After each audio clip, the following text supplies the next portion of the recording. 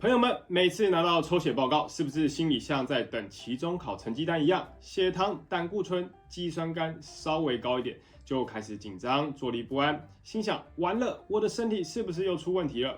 先别自己吓自己，很多时候数据变动并不代表身体真的退步，而是你在抽血前做错了一些小事情。抽血看似简单，但前24小时的饮食、喝水量、用药，甚至睡眠都可能影响到结果。最后拿到的可能是真实数字，也可能是冤枉的红字。这支影片我用最白话的方式整理抽血前最常犯的10个错误，让你的报告更准确，也不用因小波动而感到焦虑。想一步到位避开这些错误吗？我整理了一份免费的抽血前检核手册，完整检核表就在说明栏。每次抽血前都能快速检查。嗨，大家好，欢迎来到宽宽医师的频道，我是肾脏科宽宽医师，一起关心你我肾脏的健康。我一直强调极简护肾，护肾并不复杂，我们不需要依赖神奇的产品或繁琐的疗法，只要简单的改变一些生活习惯，就能守护肾脏健康。错误一，为了空腹连一滴水都不敢喝。第一个也是最常见、影响最大的错误，很多长辈非常认真，从前一天晚上12点开始滴水不沾，隔天还去市场走路流汗才来抽血，这其实对肾脏很伤。缺水时血液变浓，肌酸酐可能会假性升高，肾丝球过滤率也看起来变差。脱水还会让血管不好找，抽血变困难，多挨好几针，真的很不划算。重点来了，空腹不等于不能喝水。除非医师特别要求做胃镜、大肠镜，一般抽血时白开水不仅能喝，而且还建议喝。建议早上起床先喝200到300cc 的白开水，抽血更顺利，报告也更准确。错误二，以为空腹却喝了黑咖啡或无糖茶。有些年轻患者会说：“医师，我早上只有喝黑咖啡或无糖茶，应该没问题吧？”重点观念：空腹就是不摄取任何有热量或可能刺激胰岛素的东西。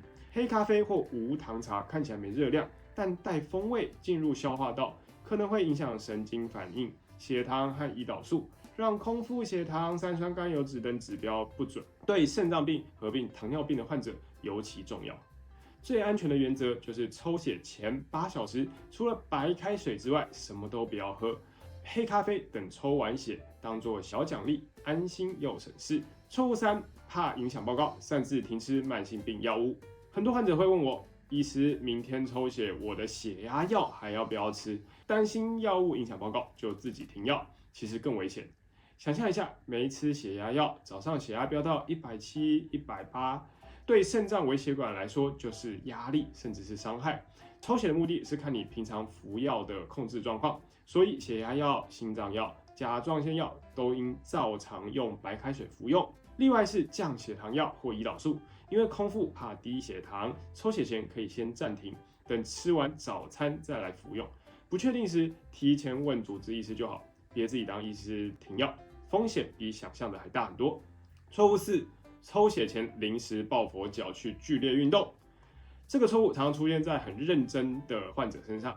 有位陈大哥抽血前2天突然狂做重训，想要让报告好看一点，结果肌酸酐从1.5毫克每分升飙到2.0毫克每分升，吓得直奔急诊。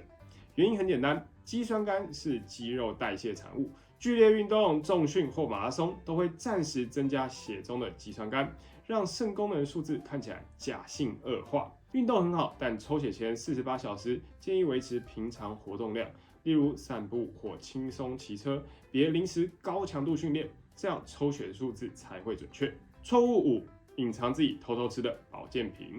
很多患者知道我一直强调避免不当用药，所以买了保健食品或吃朋友送的中药，常不敢说。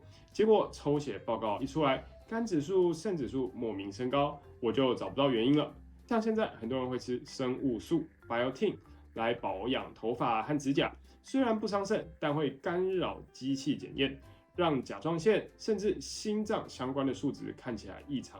医师若不知道有在服用这些保健品，可能会做错判断或开错药。重点很简单，医师不是警察，我们是来帮你的。吃什么保健食品、维他命、中药，都要在诊间和医师说明。如果是高剂量维他命或生物素，建议抽血前的2到3天先暂停使用，减少干扰，这样数字才会准确。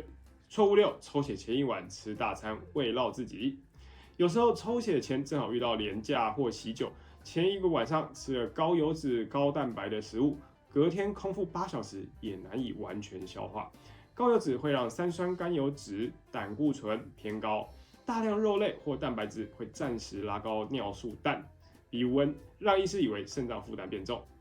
建议抽血前晚餐清淡吃，分量平常就好，犒赏大餐等报告确认数字稳定后再来享用。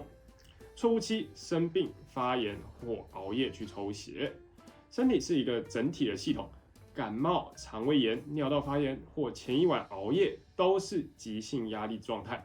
这时候去抽血，白血球发炎指数会升高，血糖、肾脏指数也可能受到影响。我曾经遇过患者因为小感冒去抽血，结果被怀疑是自体免疫疾病，多做了好几次的检查。抽血前身体不舒服，不要硬撑，打电话延后1周，等身体恢复再抽血，报告才会准确。错误8，为了数字漂亮饿过头。空腹很重要，但有些人为了让数字漂亮，从晚餐吃完到隔天抽血，整整饿了18个小时。尤其对于有糖尿病的朋友，非常危险，可能导致低血糖、手抖、冒冷汗，甚至晕倒。身体饿太久，还会分解肌肉与脂肪，让代谢指数乱掉，看起来数字变差，其实是身体自我保护的机制。一般抽血前空腹8到10小时就足够了。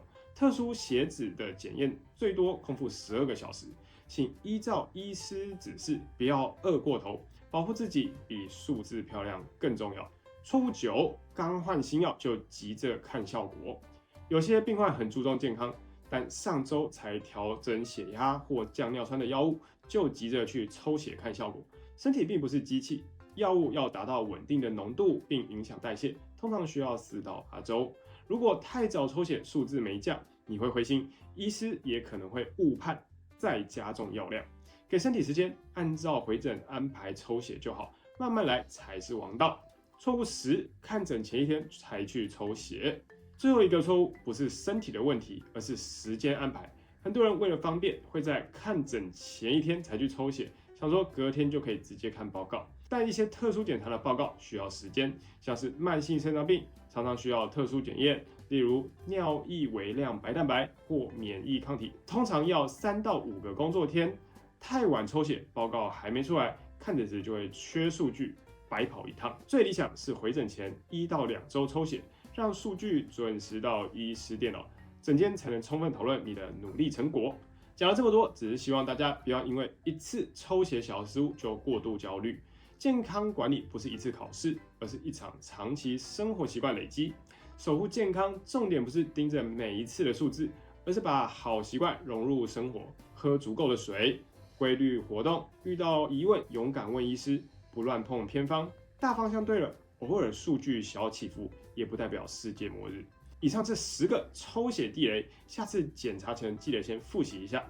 抽血时，你有遇过什么特别紧张或闹乌龙的经验吗？欢迎在留言区分享，让我们一起守护健康数据。记得按赞、订阅、分享给身边需要定期抽血的朋友，并开启小铃铛。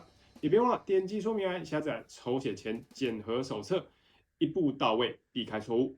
我是肾脏科宽宽医师，一起关心你我肾脏健康。我们下次见，拜拜。